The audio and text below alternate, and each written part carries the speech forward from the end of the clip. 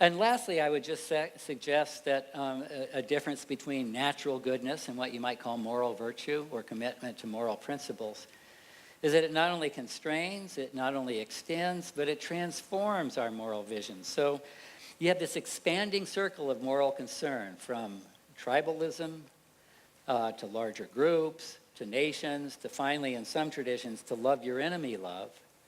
But then the next question is, well, but what does it mean to treat people well? Not just who do we treat well. And so, again, over history, we've had a radical transformation of what it means to treat people well. So even a matter of centuries ago, slavery was considered to be morally okay, although there were still moral injunctions on how you should treat your slaves. So there's a proverb from the Hebrew Proverbs that says, pamper a slave from childhood, and in the end you will have a son. So there's a moral injunction there to treat your slave well. But slavery itself was considered morally acceptable. That's not the case anymore. So the moral imagination imagines new forms of obligation. That's something that's not innate. So for all those reasons, I actually want to argue not for top-down morality, but against the dichotomy between top-down and bottom-up morality. I would suggest that a right view of morality is that it's consonant with our deepest dispositions and inclinations, and it fulfills us. Something becomes wrong because doing that not only hurts others, it hurts us.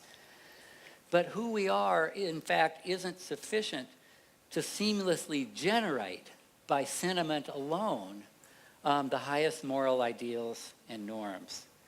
So when Frans says the moral law is not imposed from above or derived from well-reasoned principles, rather it arises from ingrained values that have been there since the beginning of time, I want to say yes and not entirely yes.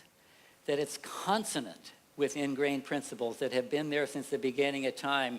And I actually think really since the beginning of time. I mean, not just in humans, but in mammals. And not just in mammals, but there are certain principles of cooperation that extend deep into the phylogeny of life.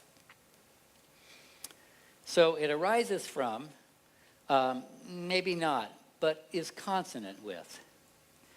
And for that reason, I would say this is a false dichotomy, but I would completely agree with Frans that the veneer theories of morality that suggest it only comes from above, and to use the words of the British philosopher Mary Midgley, is somehow an imposition on a recalcitrant biological substrate, that's a wrong view of morality. That morality reflects who we are biologically.